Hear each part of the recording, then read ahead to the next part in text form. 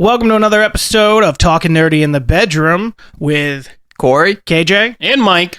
Today we are going to be talking about Moon Knight. Moon Knight, that is a Marvel TV show on Disney Plus that went for 6 episodes as a limited series that might actually become more than a limited series. Might be more than one season. Yeah, it doesn't sound that way. Well, I think that's wishful thinking. She didn't start off good. What do you mean? I mean, I enjoyed it. I enjoyed every episode, even the last episode that I know you didn't really enjoy that much. And no. So the best part of the episode was just like the Godzilla features of just giant. See, and I thought that gods. was the worst part of the episode. It was giant gods duking it out. That was cool. But it was boring. Like, they didn't do much. It's not like they did any cool moves. Exactly. It was icing on the crappy cake. I kind of like that. It was in the background. So, like, while sure, Moon Knight is doing the primary fighting, you also see these giant Godzilla-like creatures fighting in the background that are obviously the gods. But sure, you're definitely not wrong that it was cool to have it in the background, but they didn't really do a lot. I thought they're... For the record, everybody, I'm not right, but I'm not wrong. I'll take what I can get from KJ. I mean, you're definitely not right. But no, so they're doing this big. It's supposed to be this big epic fight. Did you feel like it was a big epic fight, or was it just cool to have in the background? It was a big fight, like size-wise. Because size-wise, sure. Well, to be fair, I mean, spoiler alerts. If you're listening to this podcast, probably watch Moon Knight first. But at the same time, spoiler alert: the biggest part of the fight was another blackout. Like, we don't see how he... That, again, is not the biggest part of the fight. It's the most important part of the fight, I'll give you that. Yeah, but it's not the biggest. It took place in all of, like, a 30 to 60 seconds. Sure, but I mean, he was getting his butt kicked, basically. Sure. And then all this badass stuff must have happened, but we don't see any of it. Because of Jake Lockley. It's like an explosion or something, because, like, if you look at it, like, it's, like, ringed around him. Like, all of the foes and fire is, like, around him. But it hit everybody... except for his girlfriend thing. His wife. Yeah, it might have hit her, but she had just become like the hippo's avatar. Okay, that fucking uniform pisses me off. What's wrong with the uniform? She is the avatar of the hippo. Yeah, and she has wings. But so some like, of the... Like, I'm not sure if you know this, but like, Egyptian take on when pigs can fly. She doesn't look like the Avatar at all. Like, at least the Moon Knight, like, has the moon crest thing on his... Yeah, but the Moon Knight is his name that as for the Avatar, but it's not based off of Moon Knight the god. It's not the god of the moon. That's not what his thing is. Khonshu is the god of the night. Yeah. But he's not... Okay, sure, he's the god of the night, and for the... What do they call him? And Tawet is the god of, like, fertility and something family. Else. And family. And family. Yeah, she's a family and god. And she has wings and a crop top. That's the thing that always gets me is like I know this isn't new information, but whenever it's like a video game or something and somebody has a set of armor, you could have the same name set of armor, but if you're a female character, it's like a bikini, and if you're a male character, it's a full suit. And so she's like, I have the perfect outfit for you, and it's like Moon Knight's covered in rags, basically. Yeah, and she's got a crop top. Yeah. And then, the wings threw me a bit too, but it's also not like that crazy. A lot of Egyptian gods have wings. Biggest problem is her quickly knowing how to use it. There's like a crane god that has wings, and like there are gods that have wings, but she is not the avatar of those gods. It doesn't make any sense. Well, what did you want her to come out on a hippo? Like, well, that's what I'm saying. Like, they couldn't have picked like any other god. Like, hippos are super dangerous, so I'm just saying. The hungry hippo outfit. Like the creator that had made the show. Help me here. Are you talking about the director, or are you talking about the actual person that wrote the comic, or the director? Like, saw a poster of all these gods, and one of them was Tawet with the hippo, and he's like, we're putting this into the show. No. Tawet was in the comic run, too. Yeah, right. The director's like, how are we putting this god into the show? Well, to be fair, I think it's a genius that they used her in the show as an avatar. I think that's fine, because it's the only other god that hadn't just died, or their avatar didn't just die. So I think it made complete sense. I agree with you, the outfit, and I also didn't understand that immediately she knew how to use the outfit, Right, and to do all this other stuff like instantaneously. Like I get so I'll be your avatar. This is how I use my bulletproof wings. Yeah, and then that I can do doesn't this make like any triple sense. backflip thing. Not to mention for the weirdest thing bulletproof wings. My issue is her never once having a shield or something like that. They didn't show her covering herself up with a shield that then made her instinctively use the wings to cover herself. Wouldn't she act like she normally acted and try to dive out of the way, jump behind a car? Nope. I just know these wings are good. Here we go. So my only thought is that Tawawet is somehow also working through her, because when they had that weird back and forth in the temple, which I also hated, by the way, that was cringe. Watching them back and forth, she's hurting, oh my ribs, and then all of a sudden she's talking as a god, and then back to I don't know, that was cringe. I mean, I understand agree it was cringe. she's talking through all the dead people on the road, and then but they're dead, and they continue to die, and she continues to talk through them, and then they die again. I mean, she explained that in episode 5 that that you would come to life and then you would immediately die because your body's dead. But the walking through the temple as it's collapsing. Well, the back and forth. Well, she was possessing her too, right? Yeah, right. But they were having a conversation. Right, they're having conversation out loud. But it kind of changed the rules a little bit too, because in episode 5, she was just taking over the bodies of dead people. Because they couldn't say yes to her willingly. But that's being what I her mean. avatar. She doesn't say yes at first. She's just talking to her about it. And No, she said yes. No, No, they're negotiating. No. She immediately, when everything is falling, she says yes. And then when she jumps in her body, she goes, this is only going to be part-time or whatever she says, or it's only going to happen once or for a short term. I think you're misremembering the order, but we can move on from that point. I agree with Corey. You're not. You guys you're are both not wrong. Right. I mean, you're both wrong. That's why she jumps into her body. You're not right, and you are wrong.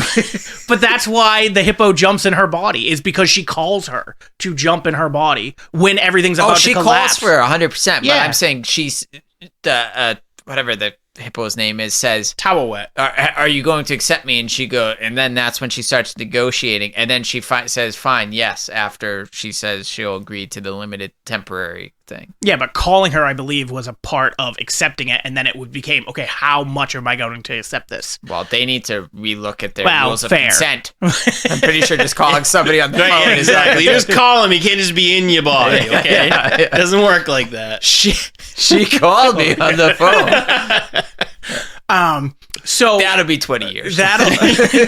So that was an issue. I definitely agree that was an issue for me. I didn't mind them including the hippo because, again, she was the only other god we met that Avatar didn't just die. I've got no problem with that. I had a problem with the outfit. I had a problem with her acting like she knew what she was doing and it not showing us that the hippo god was controlling her and they weren't going back and forth like they were in the cave. And her just immediately knowing kind of what to do with this suit. That didn't make any sense. Can we just get to the worst part of the whole series? If you're talking about the ending, then you're wrong. Well, to the ending. Okay, but he's wrong. No, the back and forth to the mental institution in what is it, episode 4 and 5? You think it's because he's died and he's... No, you think that. That's not why he's in the mental institution. Explain it to me, because even when he's alive, he goes back to the mental institution. So, in episode 4, he gets shot, right? Okay, dies. Right, that's episode 4, he gets shot? Probably. Yeah. That sounds right. And then, so in episode 5, he's dealing with two different things.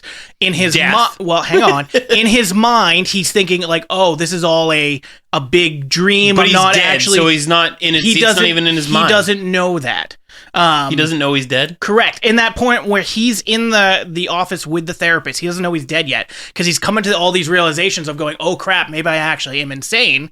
And then when he goes and talks to the hippo, she explains that I've never seen it been done when somebody dies when they're trying to balance their scales, that it's done as a psych ward. So he's going through three different things as one. She's never seen the afterlife as a psych ward. Correct. Yeah. But then when he's back to life, he's back at the psych ward?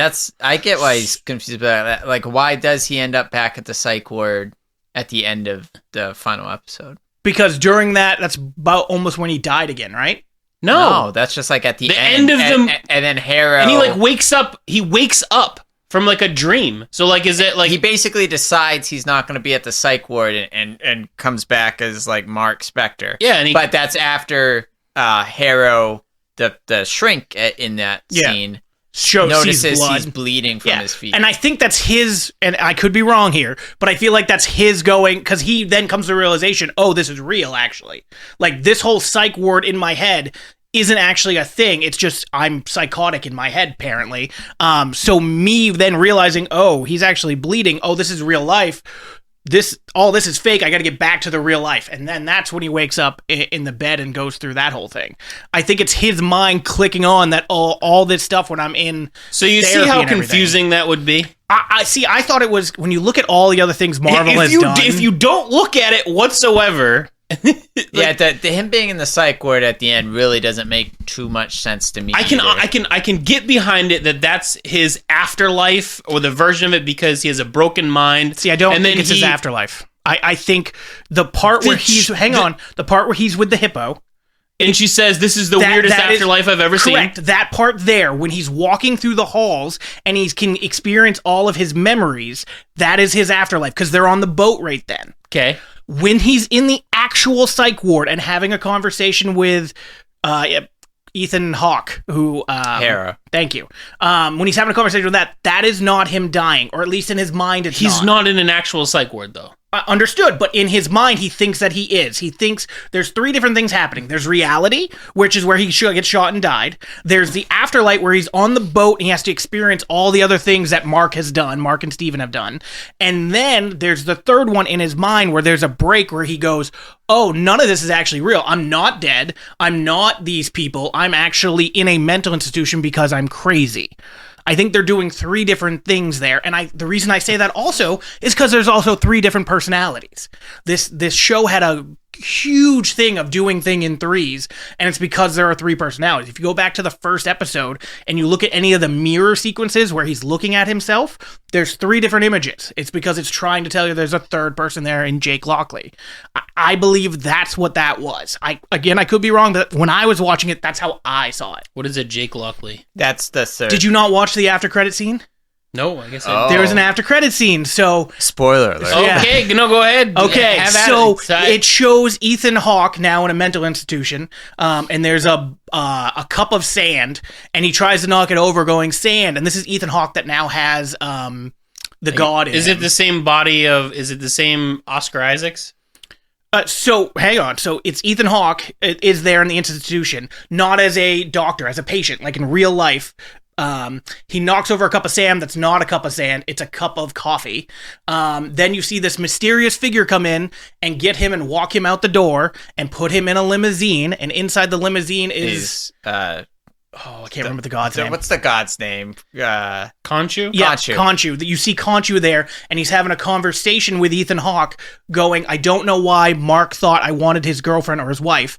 As my new avatar. Yeah. And he goes, Mark doesn't even realize like how broken he really is. And then he goes, I'd like you to meet my friend Jake Lockley. And then the thing rolls down. Partition rolls down, and it's Oscar Isaacs as a new personality, and he turns around and shoots Harrow. Yeah. So that's the after credit scene. Because there's three different personalities in Mark, which they hint at in like episode 3, where they one of them kills somebody. 100% point out there is in the 6th episode when he blacks out, and neither. Well, they did that too in like episode 3, where they murder somebody and they're like, "Was that you? Was that you?" Yeah. And then they confirm it again in episode 4 or 5, where they're walking through the afterlife, and he sees that third coffin or a sarcophagus that's sitting there, and they're banging, right? But like, it's shaking, but nobody gets out. They're banging now. And then in episode 6, again at the very end, where he blacks out, and then it wasn't Mark, it wasn't Steven, but suddenly they're they're winning, and they've won actually. But that's Jake Lockley. So is Jake Lockley the most powerful?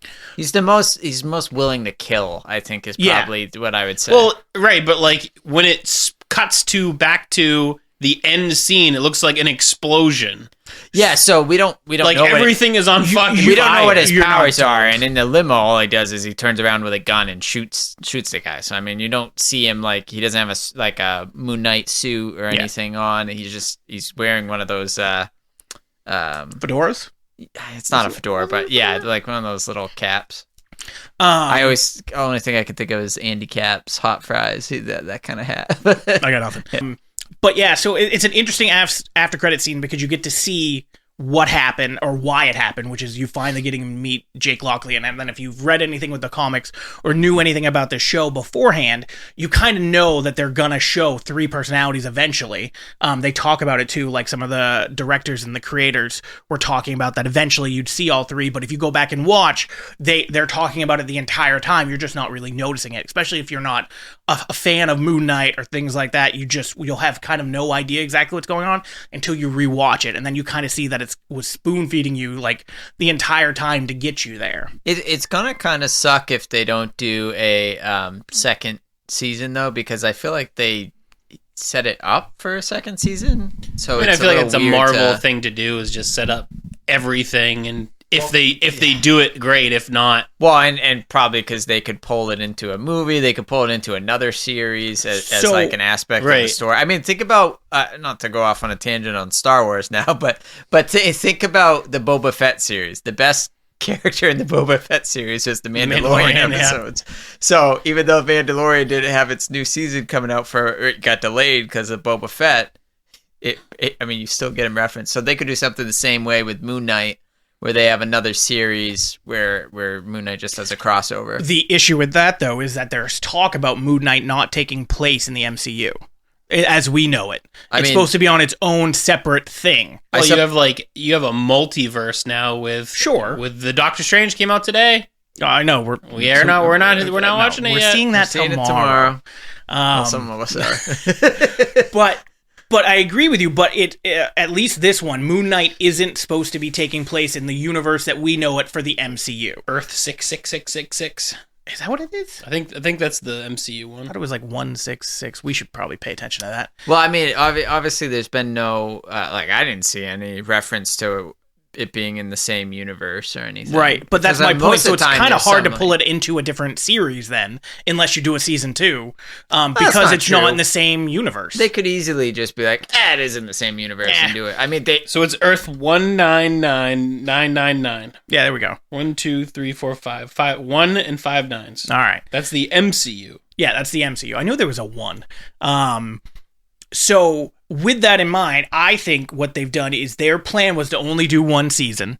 And because of how much fanfare it's gotten, I think they will do a season 2, especially with it not being included in the main MCU timeline, is that they'll do a second season because it's really hard to pull them into another universe or another movie from the other characters, unlike WandaVision, who they pulled into Doctor Strange pretty easily without needing to like either retcon something or try to do this big explanation as to how it moved universes. You don't want to do the stupid thing that Venom did and they just show up for a second and then show back up to their other universe. Or the thing that Morbius did, and they just randomly bring in Vulture for no reason. I think MCU has a way of explaining things, and so in this case, I don't think they'll explain anything. I just think they'll keep it in their own universe, do a season 2 with probably more gods. That's my thought.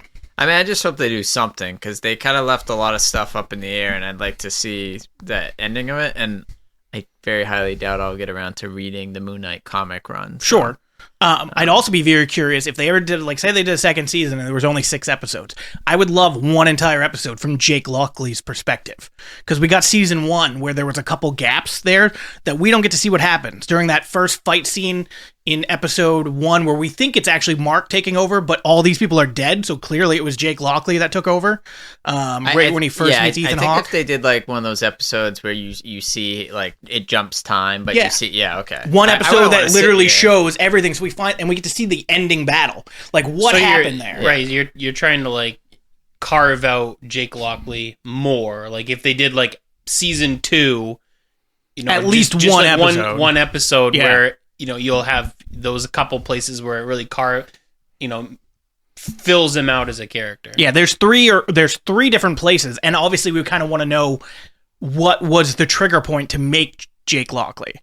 They never had his name, like, you know how Stephen Merchant was it Stephen Merchant? At least that I haven't Stephen seen. Grant? Stephen Grant, right? yeah, He's the adventurer. Right. Stephen Merchant works with Randy Gervais. That's a nice thing. So it easily could be, if you go back and watch the episodes again, there could be Easter eggs about Jake Lockley. I was thinking of like the poster and how it said Stephen Grant, but I feel like there was somebody else with Stephen Grant in those movies. So I just was I doubt it's probably in the same line as Stephen Grant. Yeah. But almost guaranteed, because if you go I back, bet if you watch like the scene of his room, you'll see the Stephen Grant poster, and you might see something about else. Like, and maybe he's like a PI or Dirty Harry kind of cop storyline or something. And he's apparently Mexican too.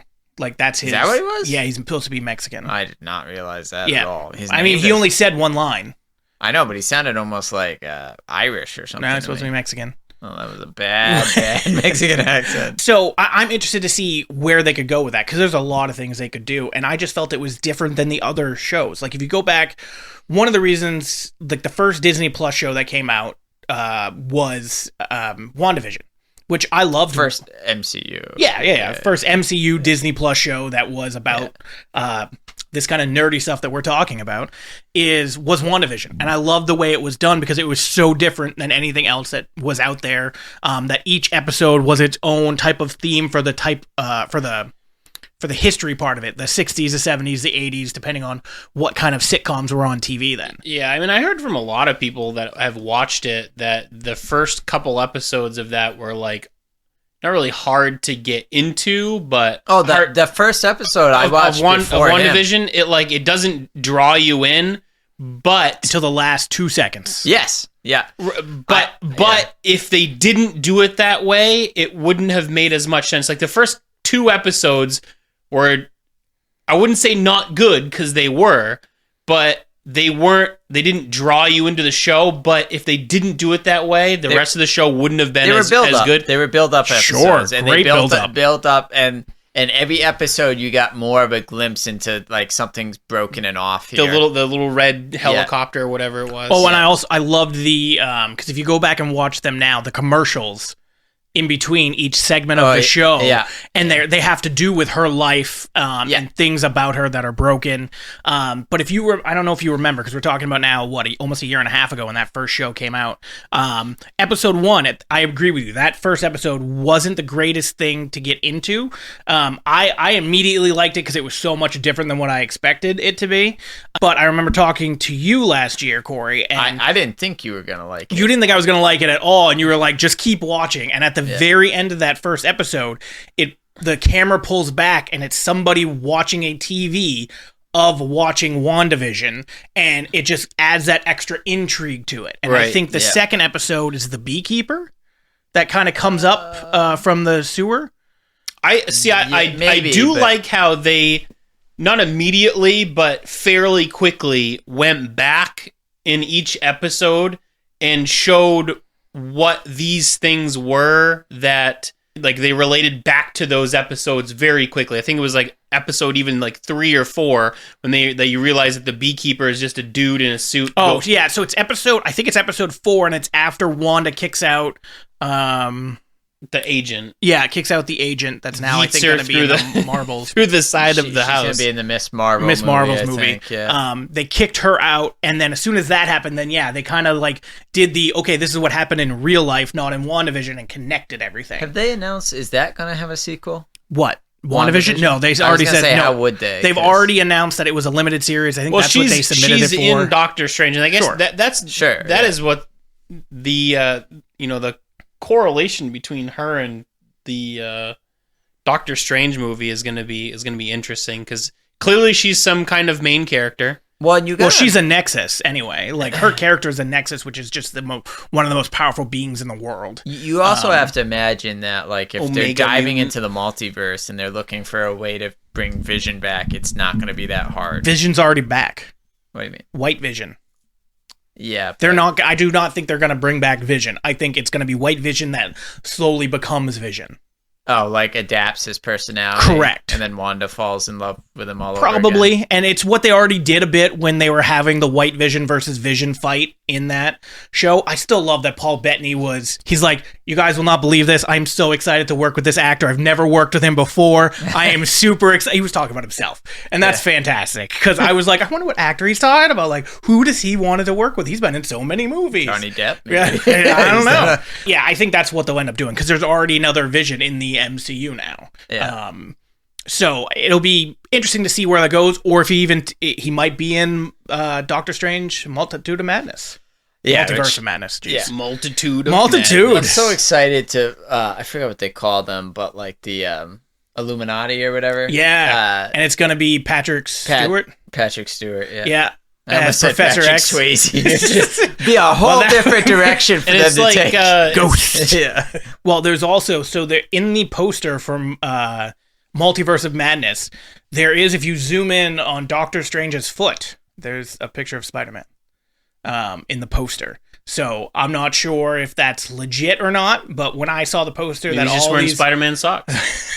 You don't how know. Maybe he's a Spider-Man How hilarious fan. would that be? You're like, oh, we're gonna see Spider-Man. He just walks in, he just like, itches his leg, and you see a Spider-Man sock. You're like, come on. Speaking of Spider-Man, Sony announced another trilogy with Tom Holland.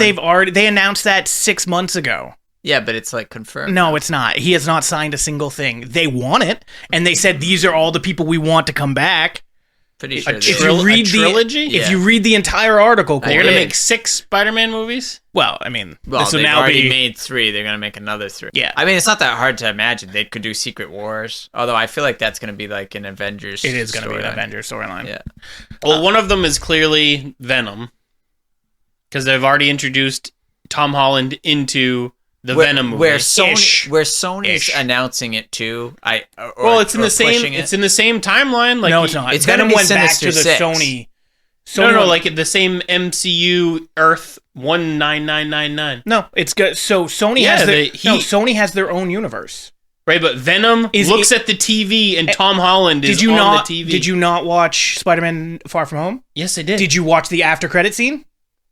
Refresh. I Venom did. is there in a bar talking, and Right. then he gets popped back to his universe. Yeah. They're not in the same universe anymore. But There is are that you little forgetting speck, that there's a little bit of Venom that's left behind? but you're not going to get Venom as Tom Hardy, because Tom Hardy is in these Sony. Well, you don't know that because there's a Tom Hardy, Eddie Brock character that might live in that universe, and Venom might seek him out because that's who he's bonded. If with anybody before. should seek anybody out, it should You might be see a Spider-Man. different version of Tom Hardy Sure. as Venom. Or somebody else playing Venom, maybe not Yeah. Tom Hardy. Or a good Venom movie. Or Oh, you might God. see, maybe we'll see Peter get infected by Venom. That's what I'm hoping for. Yeah. Like, that should be the next movie. Yeah. In my I opinion. just said that. Well, Spider-Man is Venom. I thought you were talking about, like, Spider-Man against Venom with Tom Hardy. Yeah, but you weren't wrong necessarily. Right, exactly. You weren't. But we just phrased it more rightly. Exactly. Okay, so a Spider-Man Venom movie. Yeah. Not a Spider-Man Tom Holland or a I don't actually think that's what Tom it's going to Hardy be, movie. because if they're thinking trilogy, I think it's going to have to be a storyline that can carry 3 movies. And I think they're going to try to do something like Sinister 6 over the course of 3 movies. Again, what are you? They already did Sinister Six. Are you talking No, about an they did. MC? Yeah, they did. What are you talking about? It's about No Way Home? No Way Home is a Sinister Six movie. All you got to do is go listen to the director. No, it's not. Go listen to the commentary. No. And that's why Tom Hardy is in the movie, because he is technically the 6th Sinister person. He just doesn't fight They might anybody. do a legit Sinister 6 with like Craven and Well, they're already doing a Craven movie with. that's what I'm saying. They're setting up. But again, that's a Sony franchise, not MCU. That would be a Sony movie. Well, Sony is the one who's pushing a trilogy. I understand, and Tom Holland has not signed on for a Sony trilogy. He will.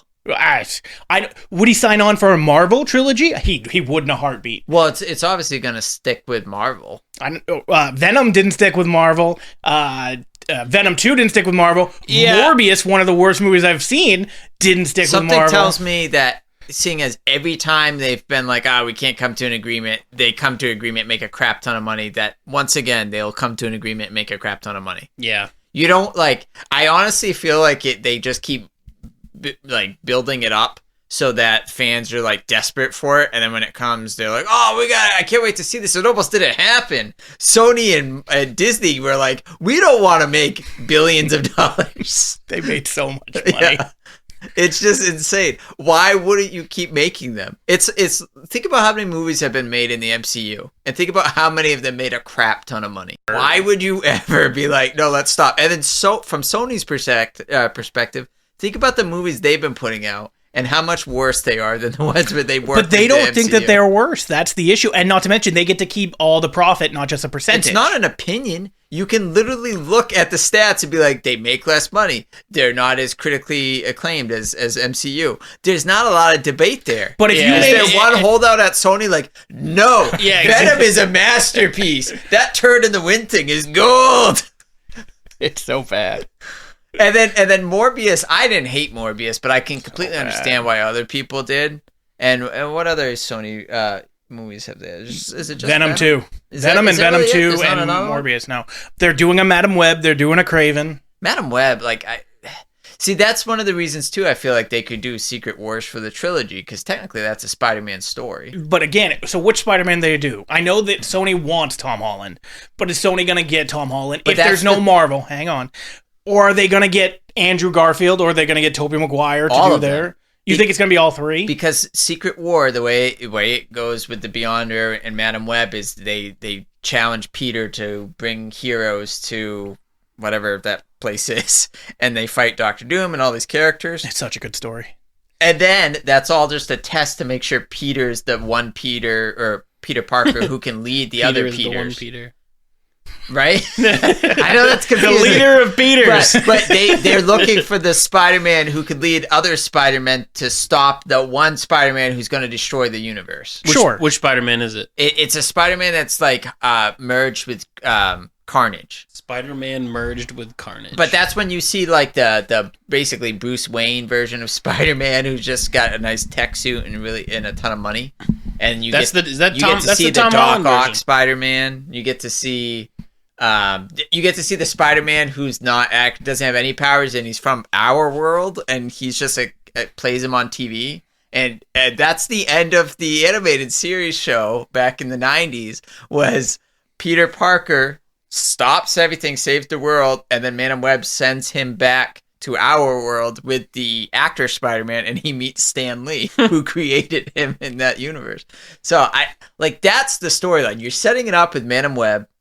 You already have Venom. But it's a Sony's Madam Web. I understand that, but I'm saying maybe it will be good. There's only so much crap that they can throw at a wall before eventually that is not true at all. The first Venom was garbage, but it had a couple cool moments. It doesn't need to be good. The second Venom was garbage, and it barely had any cool moments. It doesn't need to be good. All they need to do is have Madam Web be introduced, and then go, okay, now that we got these crappy movies out of the way, we've established the characters for fans who don't know anything about comics. Give it to the MCU. Now we'll go to the MCU, make a trilogy that will make billions of dollars each one. Right. Tom Holland's in. We'll pull in our characters from the Sony universe. They need to put their standalone movies, their intro movies in.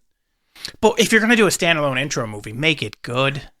They have no reputation for making the first Spider-Man Hulk was garbage. Right.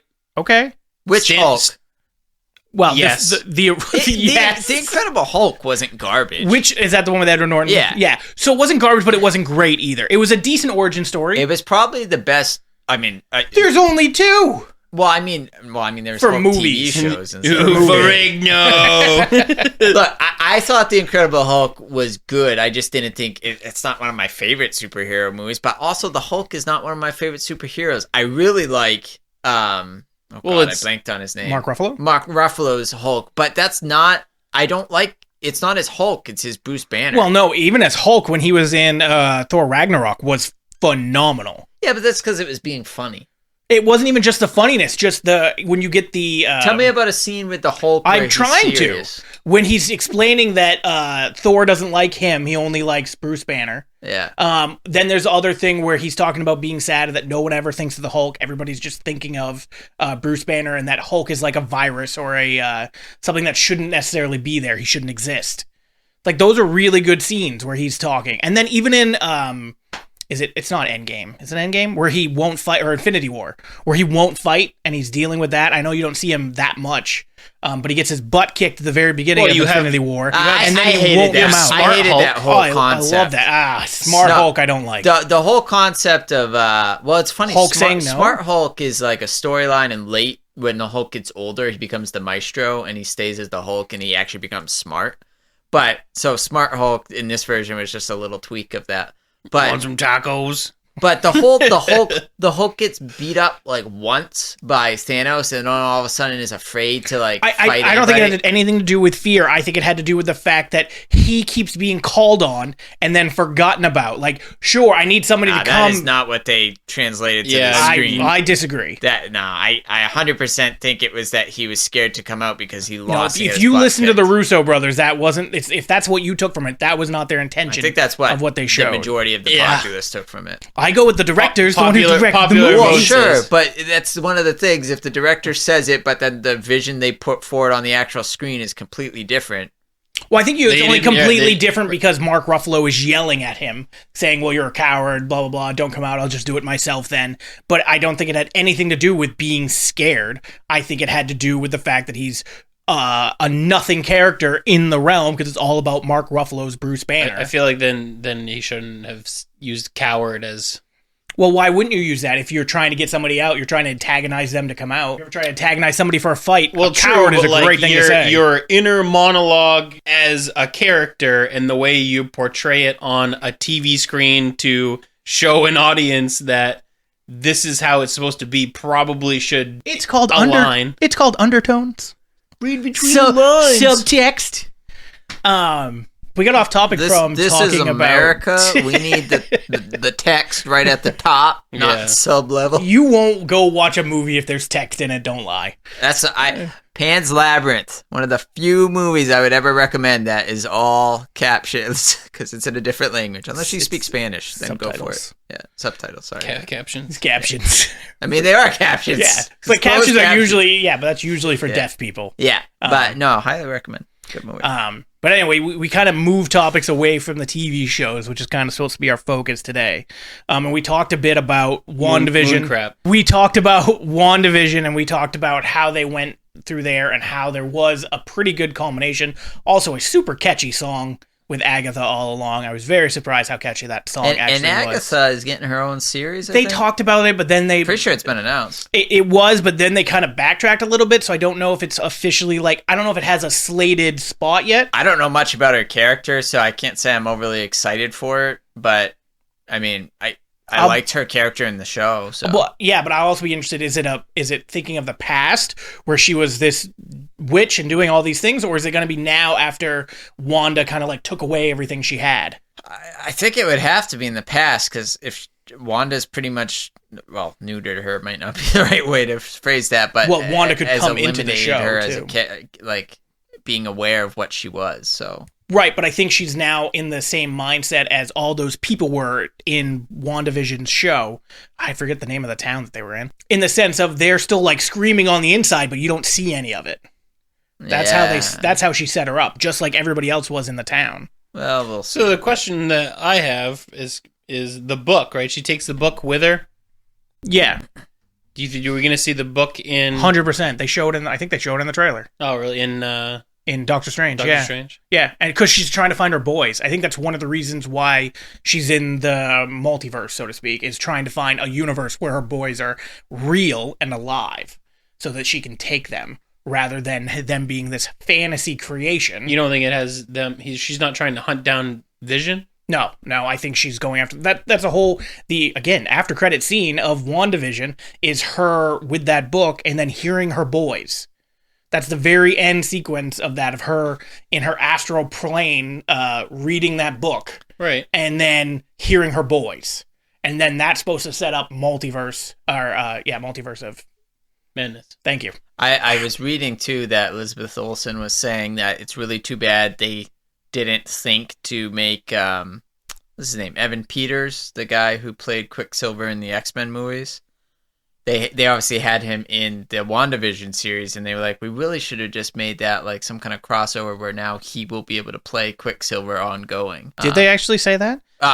Elizabeth Olsen was interviewed she and did. said that. She yeah. did. Okay, because when I was talking, she was like she was like all these fans were saying that's what should have happened or what they thought was going to happen. That was not the plan, and looking back, that is what we should have done. Yeah, that was never their idea. They just it was a joke to them. Yeah, that's why his name was like Boner or something.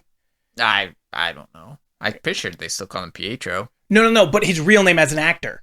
Because he's fake. Oh, yeah, he was fake. Yeah, something like that. So yeah. I think that was the whole point, was that it was supposed to be a joke and a nod to the fact that he was Quicksilver in that. And but also, it's a nod. He was great as Quicksilver. Yeah. He was like one of the few things in those X-Men movies that was really good. The first time that he does the little scene. Every time after that becomes in the kitchen bit less. and everything? Is that the first one was in the kitchen? I thought it was when they're in that circular room. I can't remember the name of the room. That's the kitchen. It wasn't the kitchen, was it? I mean, it's a kitchen. God, it doesn't feel but like I mean, you say that's the only good one. I really like the one where when the house is exploding. The mansion is exploding. Yeah, but that just felt like you knew that was coming because of the other one. Sure, but it was still great. Like what he did, he's like freaking surfing the door out. Yeah, eats a piece of pizza. Yeah. I like that one. Well, I mean that just shows you like the power level that he is at too. Like it's one of the things I always said. Like whenever anybody was debating like who's the strongest in Superman or Hulk, I'm like Flash. And they're like, what do you mean Flash? I was like, because he's stronger than anybody. He can move faster than anybody. Nobody can keep up with him. He can run back in time. He can change things that's happened. I like the way that they portray Quicksilver better than the way that the Flash is portrayed, because in the DC movies. Because I mean, duh. The Flash. Well, true, but like Ezra Miller in DC like you movies, see him Flash being is so bad. see him being able to move like regular, while everything else is very slowed down. Like it makes it look so much like more natural to him. It's Smallville. Smallville did the same thing back in the day where Clark Kent, when the bullet's getting fired, it would almost have the little matrix rings following it, and Clark would move around at faster speed. And that was so much better than whatever that lightning, like, I don't know. In the DC movies, it's basically like there's a lightning cloud following him wherever he's going. The Speed Force. However, him breaking the glass was kind of cool. I will say that in Justice League. But I don't know. I didn't really love the Flash is like probably my favorite DC character, and I really thought that they just ruined him with the DC. Right. I mean, like adaptation. in the movie, in the Justice League movie, like he's running past Superman, and like you see Superman's head move slowly, showing that he can see him. And he slowly trips him. Like it just, I don't know. I think that was more about him not being used to people moving as fast as him, and he had never met Superman. So when he's going at that speed, and then he sees Superman kind of turning, he turns his head and is more paying attention to that, and he loses his footing because of it. I know, just the way that they like cinematically did it. It was just, I don't know. I actually liked that scene in Justice League. There wasn't much else I should say in the original cut, there wasn't much else I liked. However, the Zack Snyder cut actually wasn't a bad movie. It just was really, really long. It needed to be that long compared to the compared to the regular cut that we got.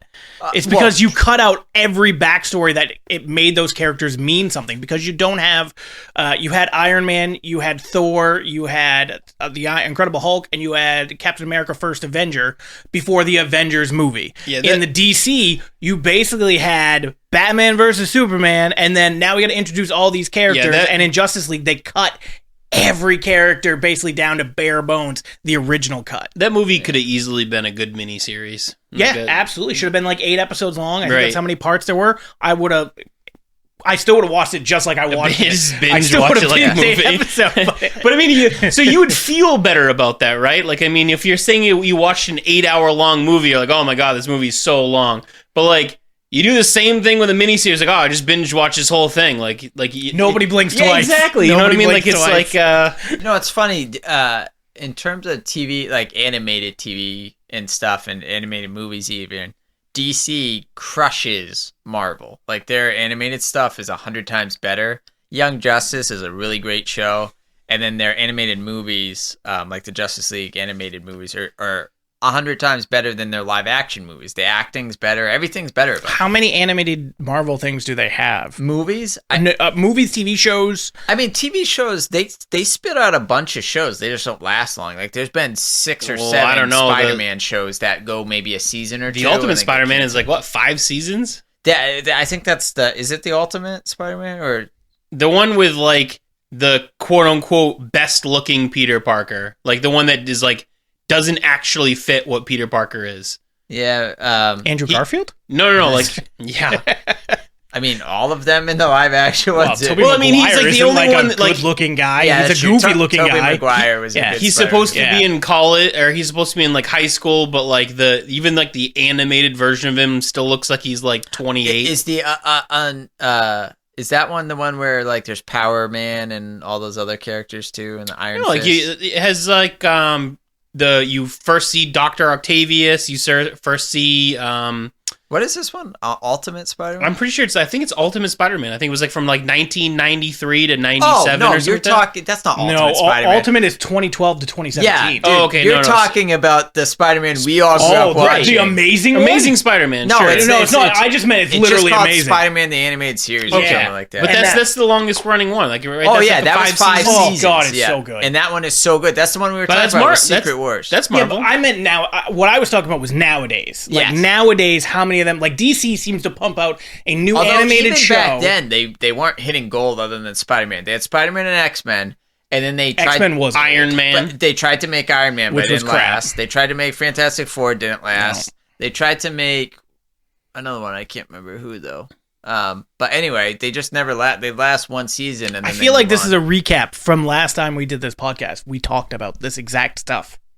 Spider-Man. We talked about these TV shows. I think this is before we were recording, actually. You think so? It could be. So someone's getting an insight right now. So the only thing my point, I guess, so we don't go too much into already talked about territory, was just that the DC stuff is so good, and it drives me nuts because you would think, why not just take these awesome storylines and make them live action shot for shot, and they just don't seem to be able to have the secret sauce to do that, or I don't know what it is, because it's not like the directors. I'm gonna go clip the first episode into this episode and just add that part because it's almost a word for word what you're saying. Because we were talking about Gotham last time about Batman, and then you slowly went into the other DC shows and the fact that why can't DC?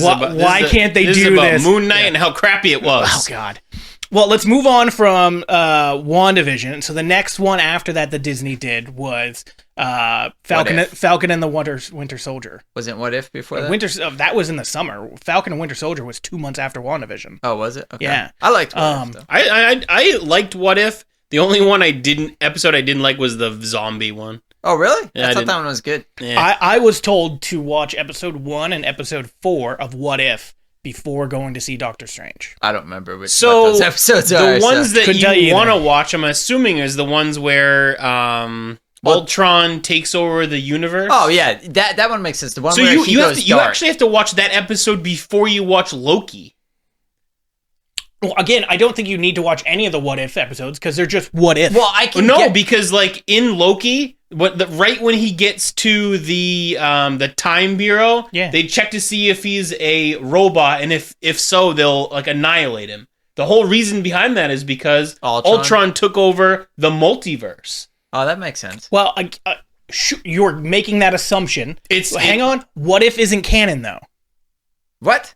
What If isn't canon? Oh, it's not canon. Well, what? Is it not canon, or is maybe it just in the other universes? Yeah. It's not in universe 19999, which is what the MCU is. My point is. But now you're getting into it, Doctor Strange, where all of those things from What If are gonna be in the multiverse. That could be, yes. So I actually think, not knowing what episode 1 and 4 is, I can guess. There was an episode where Stephen Strange from a universe goes dark because he keeps absorbing different creatures of power. I don't know if that's one of them, but they show that in the trailer for this movie where he goes dark. It would make sense because he basically destroys his own universe. Yeah. And then the other one is where he's holding his the destroyed universe at bay. Like he's sealed inside a. And that's when the Watcher comes to him and says, Ultron's going to destroy all universes if you don't help, and you're one of the few people who has the power. And then all those other people from the other episodes come and basically, I guess, help, but really it's Doctor Strange just overpowering them. Like, you're Scarlet Witch, have superpowers now. Like, enjoy these golden glyphs that make you invulnerable and can fly and all this crap. Yeah, he just uses a protection spell. It's Captain Britain, first of all. Well, isn't her name Peggy Carter? Right, but she's Earth 19 whatever. Yeah, I know she's the Captain America because Captain Britain. Yeah, she is Captain Britain. Captain Britain because Captain America gets attacked before he gets into the chamber. Correct. So she hops in it. Yep. I think that's episode 1. Yeah, I'm pretty sure that's. But I'm pretty sure she's only 75% as powerful. Isn't that 70? Isn't it supposed to be 77 or 72? It's like 75 cents on the dollar or something. But equality. I hope some people appreciate that joke. I'm sure some won't. And Corey's canceled. But First okay, episode. So if we look at that and we go to the Winter Soldier and Falcon, or Falcon and the Winter Soldier, I didn't mind it. It didn't feel like a great TV show. It was fine. There were certain episodes I loved. I loved when the guy who they put as Captain America instead of the Falcon murdered the person. I thought that was fantastic, even though now I think they've edited out some of it, which is stupid. I think the best thing about that series was honestly, I think his name's U.S. Agent or something. It's the guy who's that's Captain what I'm just talking about. Yeah, I know, but I think he's my favorite thing, mainly because you have Falcon and you have Winter Soldier, and I felt like they were different in that series than they've been presented to us previously. And I hate when they do that with characters when they get their own shows, like Boba Fett show, same thing. Corey hates character development. How was Bucky different? How was Bucky different?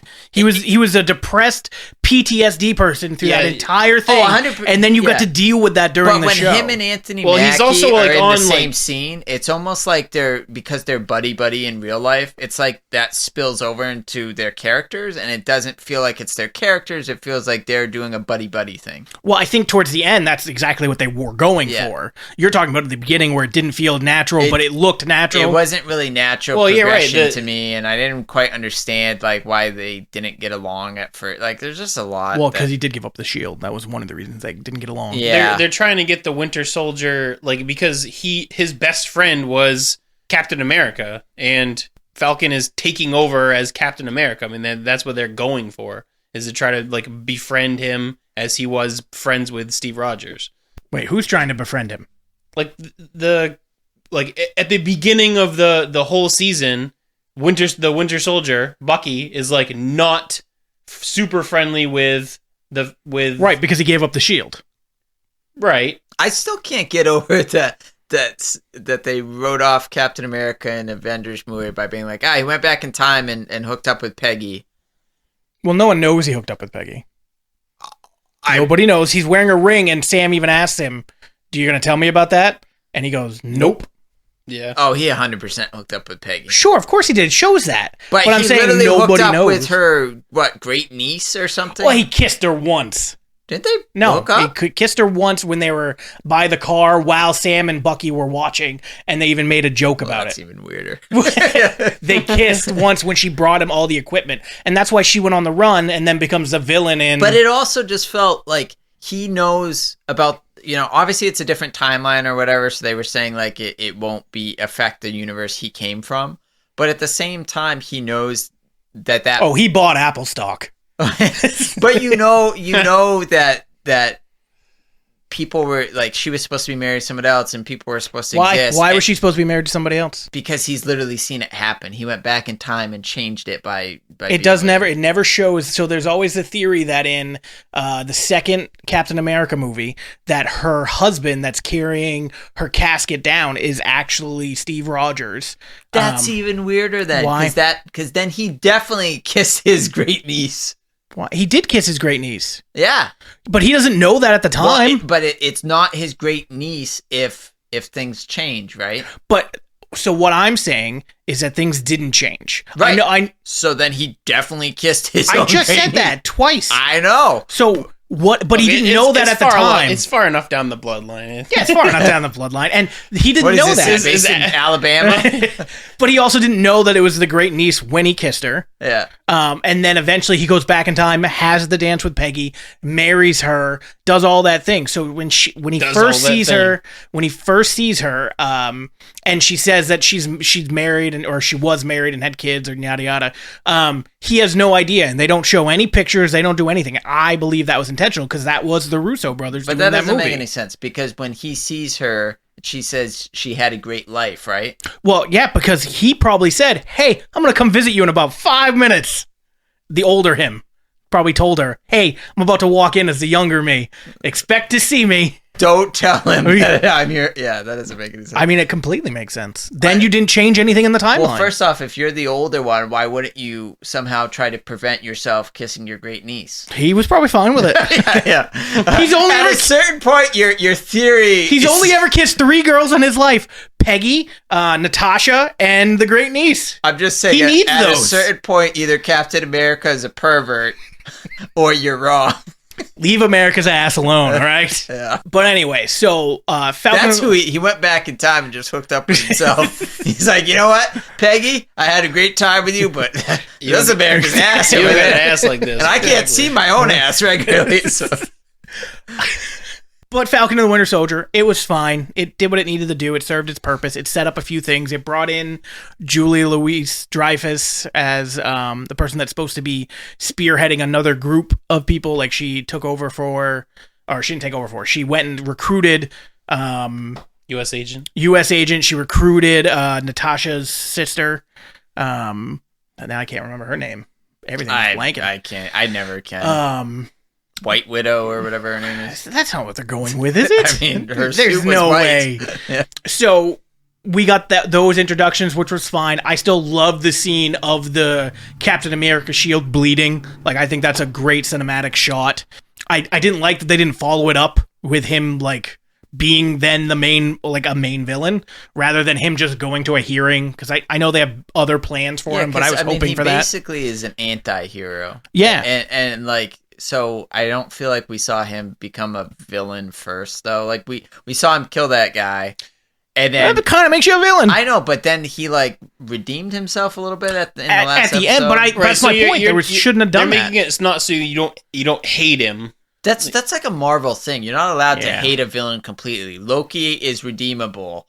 Thanos even is redeemable. Killmonger What? is one of my favorite villains that Marvel has done. Killmonger. Because he's not super redeemable. But even he is redeemable. Yeah. He's one of the only villains I've actually agreed with through the entire movie.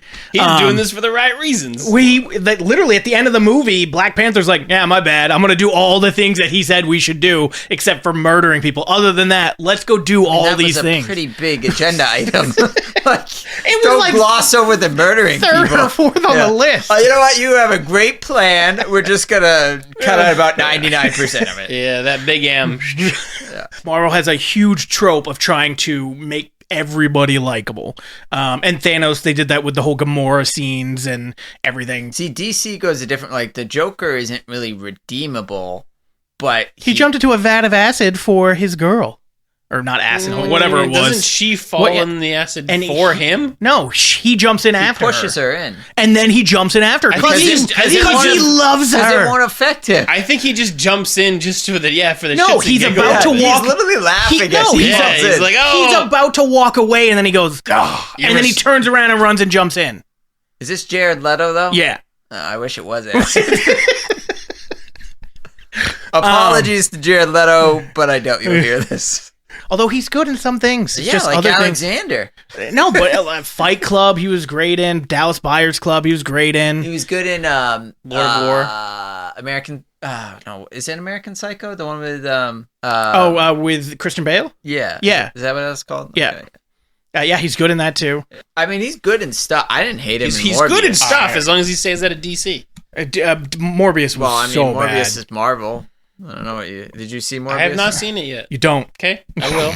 I still say they should have had Robert Pattinson play him so you could have Robert Pattinson be a vampire Robert Pattinson be a superhero vampire, and then Robert Pattinson be Batman. It's like the 3 stages of Robert Pattinson. All right, so that was Falcon and the Winter Soldier, where I think all of us were okay with it, but it didn't blow anybody's socks off, right? I liked Winter Soldier. I liked Falcon and Winter Soldier. Yeah, I mean, I don't know if I want to say it as I would say as much as Moon Knight. Okay, but that's a low level because you didn't enjoy Moon Knight. I didn't like the ending of Moon Knight. I thought the lead up was good. Yeah, like episodes 1 through 4, maybe 5 were good. I just feel like they just ended it very abruptly. I feel like there should have been a episode 7 and wasn't. I feel like Winter Soldier and Captain America Winter Soldier, it was much more like it's generic. It was done well, but it's generic. Right. It's basic superheroes. But it was well rounded though. It had a good lead off and it had a good ending. But Moon Knight, on the other hand, you have Egyptian gods. You have a guy who has multiple personalities dealing with Egyptian gods in his head. He's never really clear about what's going on. It's so different from any other kind of superhero. Well, it's, again, one of the reasons I liked WandaVision because of how different it was. And then I go to Loki, which is the next show in the series. Loki was good. Loki was good, but again, it was different. You still got Loki being Loki, but you had this whole other concept of the TVA. I just love that Loki fell in love with himself. Yeah. People did not like that. I didn't care. I was like, okay, it's a love story. Their version of the triumvirate, like that they're just robots, and nobody knew that for all of time. Transformer. I mean, I could kind of understand it. I think they were also talking about the real world in the sense that we don't know that everything has like a puppet master and things like that. I think they were trying to tap into that. But like that, as far as like comic books to MCU, doesn't even match up at all. I think King the Conqueror too is going to be like one of the most boring. I disagree. Villains. I thought he was fantastic in Loki as I just don't like who time he was travel for as a 10 mechanic. seconds. He was there for an entire episode. I hate time travel as a mechanic. All of the MCU, but that's my point. They already 2 years. did it. The entire Endgame movie was about time. But what travel. other time travel are we having? What time travel you think we're happening? King right the now? Conqueror is all about time travel. So what we're gonna get, in my opinion, is we're gonna get one version of Kang the Conqueror that is, I think it's supposed to be an Ant-Man, where it's supposed to be a gigantic villain type of thing that he's been murdering everybody. But it's not about time; it's about jumping different realities and murdering people and being the only. Especially the only Kang left. I just want to, I wish they would just do, like, Galactus.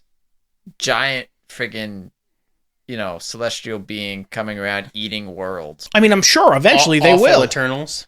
What? It's the awful Eternals. It's not off of Eternals. No, like, awful Eternals. Like, in Eternals, you have the celestial. Yeah. Yeah, I mean, Eternals sucked. But it did suck. Probably the worst Marvel movie I've ever seen. Yeah. It's like a 2.5 hour movie, and 2 hours of it is setting up a heist movie. It feels like, let's get the band back together, guys. Good for Kumail Nanjiani, though, getting ripped, though. For a terrible movie. Good for him.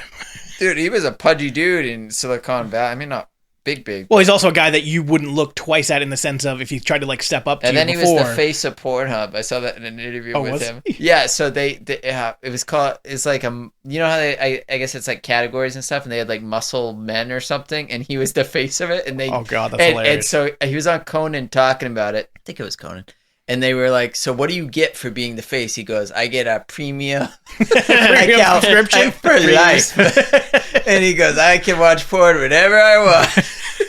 Just like everybody else. Yeah. Again, back to Loki. I really enjoyed Loki, everything about it. The ending I thought was also a very cool twist with him going back to the TVA and then it not being the same TVA that he was in. He's in a different reality because nobody recognized him. I thought that was an interesting twist. We are getting a season 2 of that. So that's good. It'll be interesting to see where they go from it. I liked the different versions of Loki when he's in... The alligator Loki was hilarious. The alligator Loki. But like the old man Loki, that was basically the old comic book version of Loki. Yeah. Or the kid that actually killed Thor. Oh, yeah. I thought that was an interesting take where everybody else lost to Thor. All the other types of Lokis lost to Thor, but this kid killed Thor. I kind of forgot about alligator Loki. Alligator Loki, man. Sitting in A little swimming pool. Yeah, oh God. But that's my point. Like, it gives us so much other stuff that I'm not expecting, I guess, to see in certain Marvel projects or movies in general that these TV shows have been able to give us in little snippets. And I very much look forward to the next season of it. Do they have any other new Marvel series announced right now? Yeah, you got whatchamacallit that comes out in June. Miss Marvel? Is that what it's called? Oh, is that? Not the Marvels, but Miss Marvel. I thought it is the little girl. Marvels. Miss Marvel is the movie, isn't it? The Marvels, I think, is the movie. Miss Marvel. Miss Marvel follows. I can't remember her name.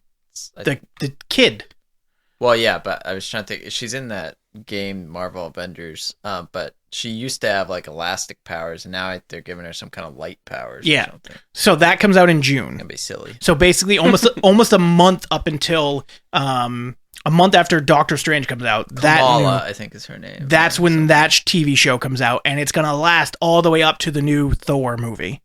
Like, it's going to do similar to this. So you have Black Panther 2 coming out. Black Panther 2, the movie comes out. Yeah, there's another one that's supposed to come out later this year for a TV very series. low expectations for Black Panther 2. I have super high expectations that are not going to be met. Yeah, because I assume... I haven't heard anything about Michael B. Jordan coming back. He's not coming back. So you don't have Michael B. Jordan, which was one of, like, best villain there's ever been, besides for Thanos. And, like, Chadwick Boseman was great as Black Panther, don't get me wrong. But, and they're not going to recast. Him and Michael B. Jordan made that movie, and both of them are gone. And instead we're going to have Shuri and the other characters that I don't really... I'm interested to see what they do with it, especially because obviously it sounds like Shuri should get the Black Panther mantle. Although there's that other... So there's Shuri, there's the guard, and then there's the girl that he, like, was... I don't know, into or whatever. The one he kind of wanted to marry. I thought what I had heard is that she is supposed to take on the Black Panther mantle. But that's my point. So I thought it was the sister. See, I think it's supposed to be the sister too. Yeah. But it could also, maybe she's not ready for it, so it goes to the other girl. That's why it should have been Michael B. Jordan. It should have gone back to Michael B. Jordan. The girl that played Shuri, the sister, I just can't see her carrying a franchise. Yeah, so her as an actress, or do you mean because of her character from the first movie? I can't see her being Black Panther and me being like, oh, that looks so cool. But is that... She's like the... Is it because it's a girl and you're sexist? No. Or is it because who she was in the first movie? The person from Walking Dead that played Michonne and is the bald guard in that, she could be Black Panther... Because of who her character was in the first movie. No. Because of her as an actress. I would be like, that person could pull off being a badass superhero like that. Shuri has these little gauntlet things. She's the comic relief. But exactly, but that's all she was supposed to be, because you're supposed to have the Black Panther, but he died. Yeah, maybe she like evolves. Maybe she evolves as a character. Then she becomes like more of like a techie. I can't see like I can't see that connection, I guess is what I'm saying. How they go from her character they've established to Michael B. Jordan is how. That's what you're supposed to have, is him be the Black Panther, him come back. Yeah, because they bring people back. I could be on and then him like doing his thing or training her or something like that, understanding like maybe they bring him back and they know he can only be back for a year of however they do it, and it's supposed to be him training her, and we get a Rocky montage. It just sucks. Like, I mean, it sucks for Chadwick Boseman's family too, but it really sucks. Oh, sucks for you. Well, tell me how hard your life is from his death. I was super excited for Black Panther 2. I didn't realize he was going through that stuff till like after he died. Nobody did. Oh, yeah. So there was a lot of people that posted pictures of like him looking bad, but then it just came out that he was doing a new movie, and he was, and it looked like he was trying to get down for that role, but that's not what it was. It was cancer. The last thing he did was the some voice work for the What If series, if I recall. I know he did voiceover work for the What If series. I don't know if it's the last thing he did. Well, the last Marvel thing. As Star-Lord. Last Marvel, sure. But he did, I think he had another movie that came out. There was a couple interesting movies to me that he was in that came out. Like there's one about 13 Bridges? That came out, I think, before he died, and that was not a good movie. Yeah, I would assume it came out before he died. Well, no, a lot of movies come out... he means like it could have been in post-production and he died. Yeah. And I think he's got a couple of those, too. Like Heath Ledger was in Doctor. Yeah, but they changed that. Well, they had to because they weren't done shooting. Well, so no, but they could have just eliminated him completely and reshot. Right. They changed the premise, and well, not really the premise, but they just had two other actors step in, Colin Farrell, and I can't remember who the other one was. But I think it was the guy who played Scarecrow in Batman. So we got through Loki. So the next one, but we already kind of talked about What If, which I believe was right after Loki. What if we did it again, though? It's a different universe. In a different universe. Where KJ doesn't stick to an itinerary. That's this universe. That's fair. I have not stuck to it very well. So the next up was Hawkeye, which again felt to me very similar to Winter Soldier and Falcon, just because it was based more in a normal thing I'd watch from Marvel, like a TV show, movie, but I enjoyed it way more. I thought Clint and I've already blanked on her name, but her real name's Haley something, I think. I thought she was great, and I thought even Black Widow's sister was really good. God, we should really know these names. But yeah, we know the important ones, and then it's all just how they're related to it. So. But yeah, I thought that show was really well done and showed us. I love being able to see that Clint was a human. Everybody else, all these superheroes got superpowers, and you got him who can't hear, so he's got a hearing aid. He can't see that well. He's old and he's a bit decrepit, and you see that in some of his fight scenes. Kate Bishop, there you go. Thank you. And Yelena, by the way. Yeah, Yelena. That is that's Black Widow's sister. It's Widow. not White Widow. Does it say White Widow? It does not. I would be surprised if it did, but their chemistry in that show was fantastic. They had some good fight scenes in that too. But it was a very interesting show that I actually enjoyed from start to finish, and I loved all the different arrows too. I thought that was super cool to show us all that, and even to get his family interaction with him and his wife and his kids. All right, so of the new series, and let's exclude the What If because it's animated, I guess, but of the new live action Marvel MCU series that we've had, what was your favorite? Loki. It's WandaVision or Loki. It's between those two. Mine would probably be Loki, and then your second would be WandaVision. Yeah, so those two can flip for me. So those are my 1 and 2 either order. WandaVision was just so unique and so different, and I loved that every different episode was a different theme of the shows that she watched, and then it kind of shows you her PTSD mind of one of the reasons it's doing that was because that's all she could watch when she was a kid. I think it was such a great take. I think the tough thing, and whenever I think of like what my favorite movies, TV shows are, is I like to rewatch stuff. Yeah. And I can't see me rewatching WandaVision much because all of the twists and the what is this going on? I just rewatched the rewatchability. It holds up, but I agree with you. I don't think I could go watch it again. I watched it twice because I just ran through the MCU earlier this year, and so it was on the list. So I watched it and it was good, and it still holds up. But I agree with you. I couldn't go and go, I really want to watch a good series. Let me just go now, even though I watched it 2 months ago. Sit down and watch it again. I couldn't do it. So like we mentioned before, Loki. I mean, again, you watch the show for the story. But then Loki also has a lot of Easter eggs that when you watch it, even if you watch it a second and third time, you're still going to pick up on things that I might not have meant to disagree that other shows don't have that. WandaVision doesn't have a lot. It has a crap ton of Easter eggs. That you didn't realize in the first time you watched it? I guarantee you if I gave you a list of all of them that are on there, it's insane. Similar to even Moon Knight. Moon Knight in the first episode, when you see his fish tank?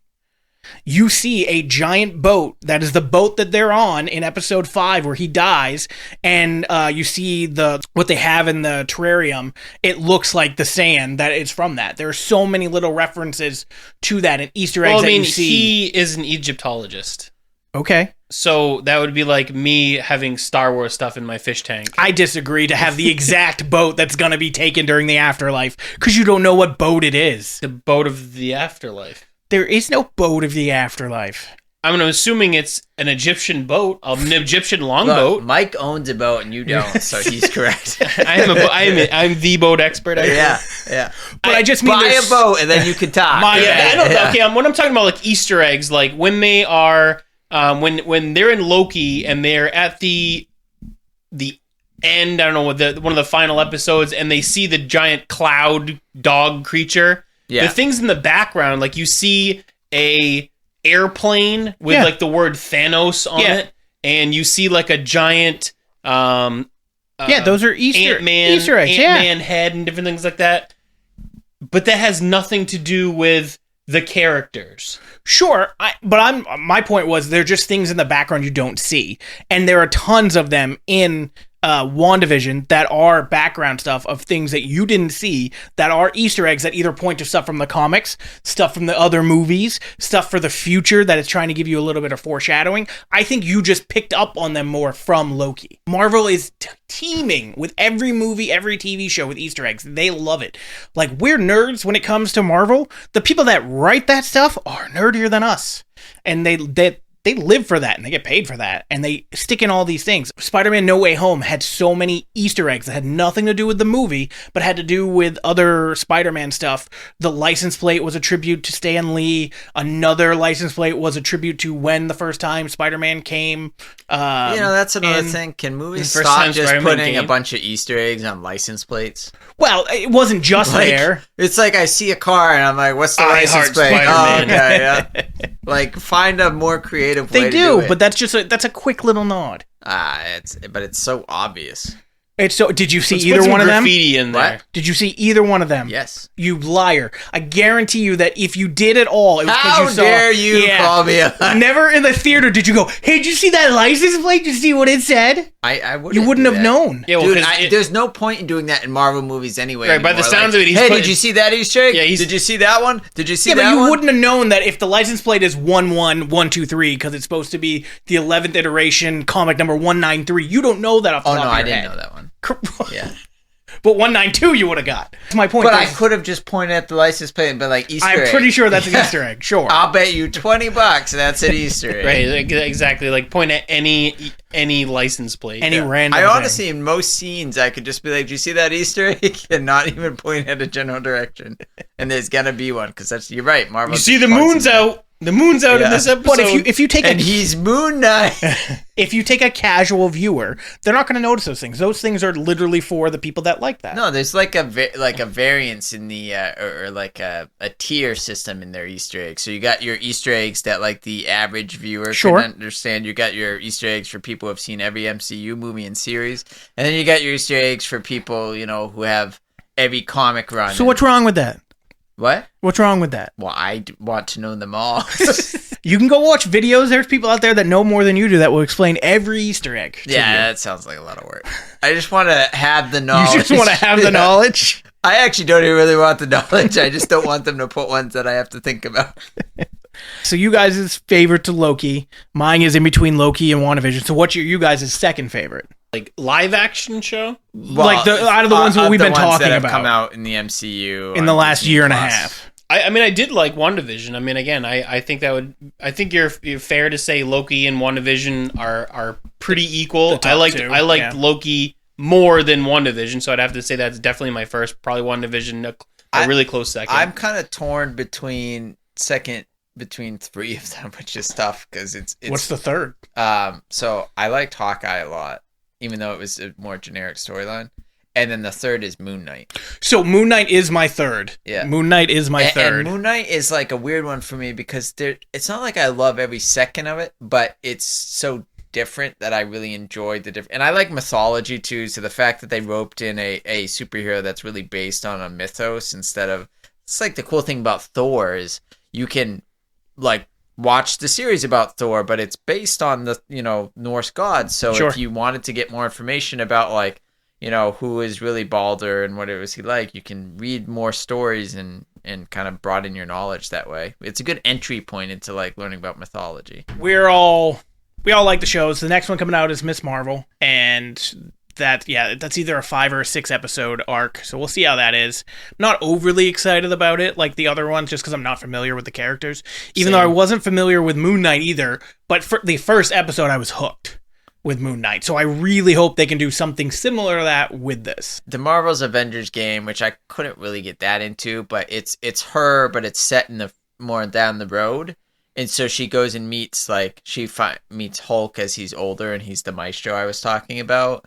She meets a lot of these characters that are down the road and older versions of themselves.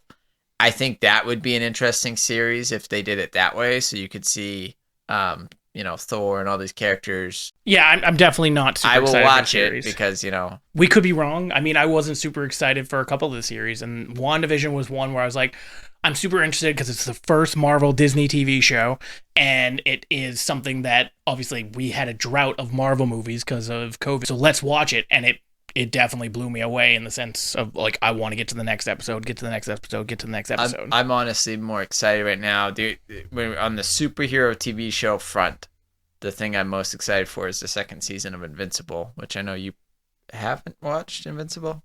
You need to. Yeah, we told them that last time. Yeah. So to reiterate what we talked about last time, it's great. Yeah, we have to come up with a list and actually send it to you. Yeah. Final thoughts on Moon Knight, so we wrap up this podcast. I loved episode 1 through episode 6. There were some things I didn't extremely like, but I thought it was interesting, captivating, and something way different, especially dealing with the split personality, the DDI or DID or whatever it's called. I thought that was super interesting. And then finally getting to see Jake Lockley, who I knew was there since episode 1, and they just wouldn't show him at the very end for the final 60 seconds of a post-credit scene, was a little bit exciting and a little bit annoying not to get more. Yeah, so like in my eyes, if the series ends as it is as a limited series, it's like an 8 out of 10 maybe. If they continue it and we get to learn more about it, and then we don't just get left with this kind of cliffhanger, I guess, in my eyes, then it's better because I don't feel as shortchanged. Better than an 8 out of 10. 8.5, 8.8. I'm surprised that you gave it an 8 out of 10 with the ending that it currently has. Well, I really appreciated the different as the average style. Not so nerdy viewer, it was a confusing ending. Yeah, your wife best. Your whole wife was confused by that show. Your wife was confused by that whole show. Just some of it. Yeah, Only the bottom half. Yeah, like didn't I said, know what to think. The in and out of the psych ward thing is confusing. Like if you don't try to look in, if you just watch the show as a show, it is hard to get around. Yeah, I mean it's not a clear cut storyline for sure, especially with the psych ward. I mean, stuff. have either one of you watched the FX Legion? No, I tried. I watched the first 2 seasons. So I liked Legion, but it is very hard to follow. Ungodly hard to follow. Same thing, split personality. I disagree. I thought Legion was so much harder to follow. It was very hard to follow, but it's that same split personality, hard to follow. The bigger issue I had with Legion is I didn't care to even try to follow it. Like I watched it and I was like, I should like this because it's stuff, but it's boring. So you haven't seen the end of the episode or even end of the season? I watched probably 4 or 5 episodes of the first season. It's not easy to get through. The end of the first season and the whole second season are considerably better. It is very hard to follow, but once you realize that his split personality is actually a mutant. Yeah, I mean, I think I got that far. I got to where he's rescued from wherever he is and brought to some place where he can hone his skills or something. Yeah, that you hadn't even gotten to the part where he's... Yeah, you're a few episodes away from the end of the first season. Well, I'll never when he has to Yeah. actually fight the Shadow King. The only thing I know about that series is they were interviewing Dan Stevens, who's the star on this talk show in Australia, I think. And the person said, "Did you have to beat off a lot of American men to get the role?" And he started laughing his ass off. And she's like, "Be mature." Could have said beat out, but no, beat off. Did you have to beat off a bunch of men to get there? It was great. That was a show that I wanted to like more than I thought I did. It had such an interesting premise, and I actually liked a lot of the characters. It just, every episode left me going, what the hell, and why should I keep watching this? All right, let's give it another one. And what the hell? Who is he supposed to be? Is he supposed to be the son of Charles Xavier or of Jean and Scott? He's Charles' son. Charles, that's what I thought. Okay. Yeah, because I know Jean Grey and Scott Summers. That's Nathan Cyclops. Summers. Yeah, and he's all powerful too. Or Nathan Summers is an Omega mutant, but so is Legion. Yeah, I think Nate Summers can create. But Legion is strong, but again, he has a shattered, split personality, which makes him more dangerous than powerful. I will say that when they do the scene where he is in the split personality, some of those scenes are super cool. Oh yeah, I super cool. loved the thing. I think I probably liked Legion more than I liked Moon Knight. Not even in the same realm for me. But there are certain scenes, I'll say, in Legion that I liked more than Moon Knight. There were certain scenes that were just like, holy crap, if you guys could do this all the time, this will be like the #1 show out there. It then went back to the horribly confusing. Some of the episodes just dragged for no reason. Corey likes the show that he hasn't even fucking seen all of it. Oh, I hated it. How many episodes have you seen? 4? I watched the intro. I also think some of the DC live action shows that were on the DC, whatever it was called back in the day, now they're on HBO Max, but like Doom Patrol's one, and they have a character in that I think they call it Painkiller Jane, and she has multiple personalities, but each personality has a different power. Jane has. So it's not. What? Doom Patrol? Yeah, I watched all of it. I love Doom Patrol. I haven't finished the third season, so no spoilers. Jane is not even Jane is one of the personalities. But she's not the main one. I like, or she's not the original one. Right, it's like Kate. Yeah, but just the fact that like when the other personalities come forward, like they get called forward because of their power again. Yeah. That was really cool to me. Like, oh, this one is... Yeah, like Flit is the one that teleports. Yeah. I thought that was a really cool mechanic for a character, too.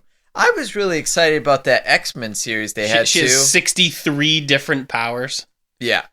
Ugh. But that series that I think it was going to be on, or it was on Fox or something. I can't remember what it was called, but it was set more in the future.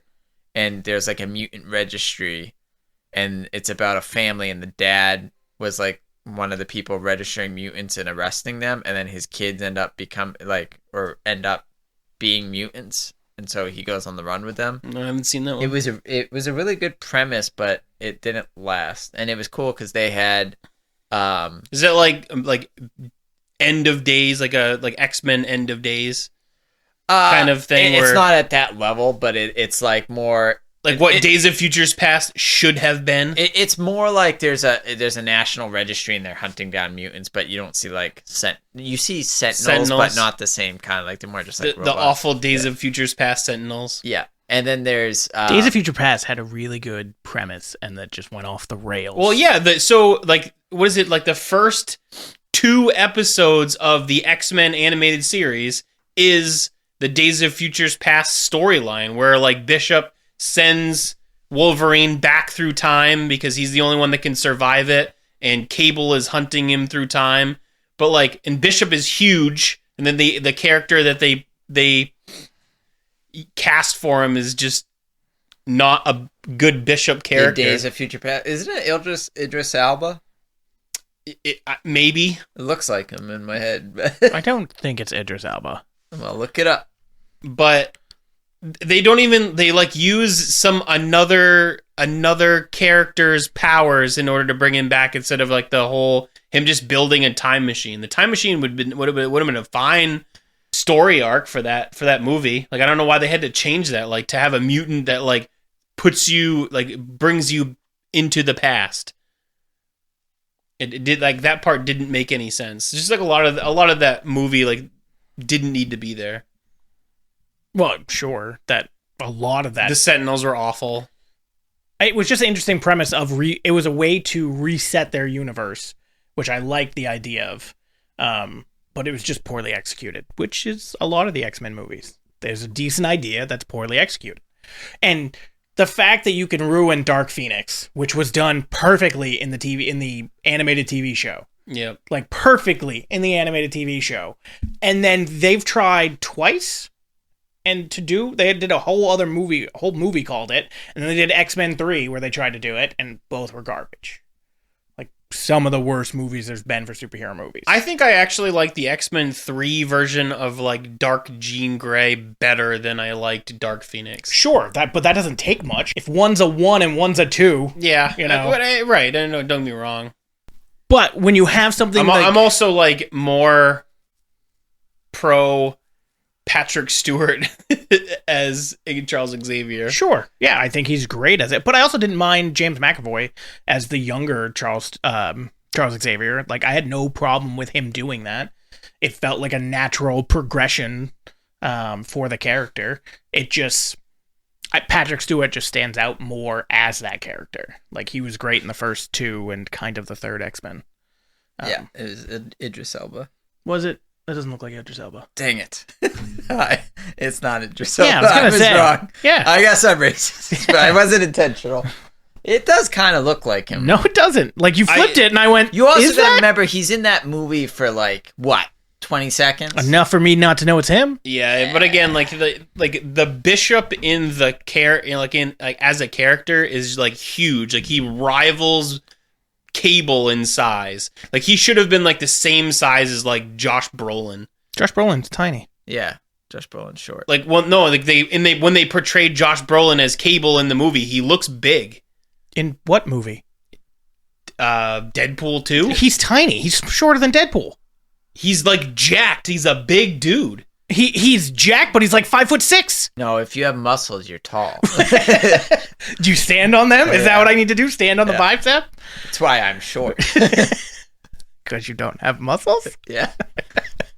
Yeah, he's actually short in that, which is something that I think they made a direct change from the comics, because he's actually supposed to be a big, over-towering person. Yeah. And they cast Josh Brolin instead, which I thought was an interesting choice, just because of him playing. Worked out well, though. I thought he did really good. Yeah, and if they ever do the Deadpool 3 that they're planning on, if it's with him, if he's at least in it somewhere, it'll be. So that's supposed to be like X Factor, right? Like, isn't that what X-Force? You mean? Yeah, that was a Fox marketing ploy. Isn't that what he says in the movie?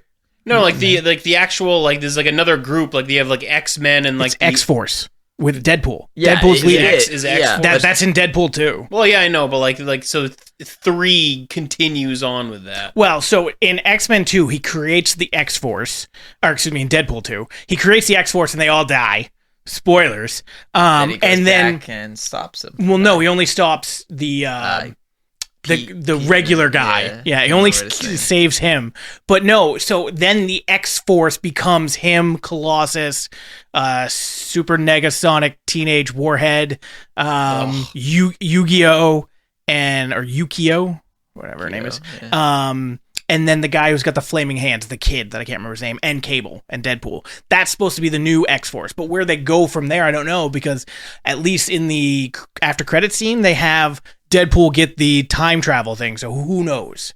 And not to mention, if they want to bring him into the MCU, which they do, I don't know how that's going to be, of how they're exactly going to do it. But I would be very interested to see Ryan Reynolds in the MCU talking to the camera.